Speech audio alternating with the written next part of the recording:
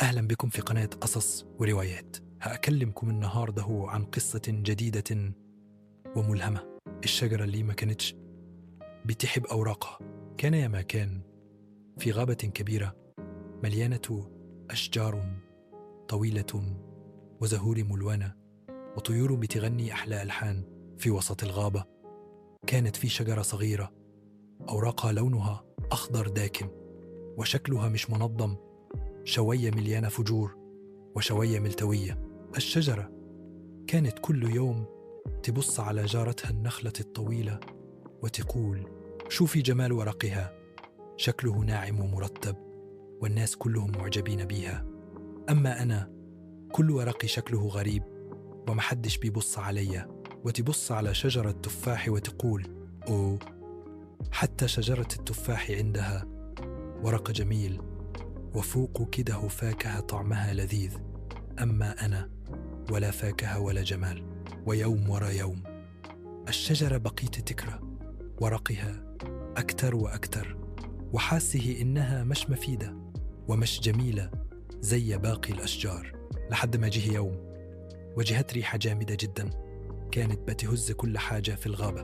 الأفراع عمال تتلاقي والأوراق بتطير في الهواء. الشجرة حاولت تتمسك بورقها لكن الريحة كانت أقوى، وفي النهاية طار كل ورقها وفضلت عريانة.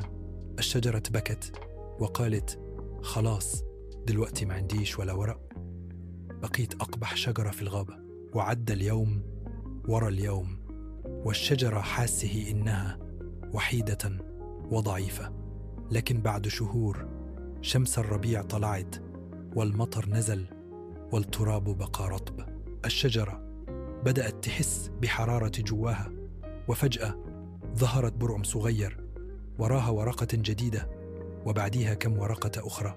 الشجرة بصت على أوراقها الجديدة، لقيتها ناعمة جميلة ولونها أخضر زاهي زي الزمرد. الشجرة حست بفرحة ما حستهاش قبل كده وقالت: مع إني كنت بكره ورقي لكن كان هو سبب قوتي.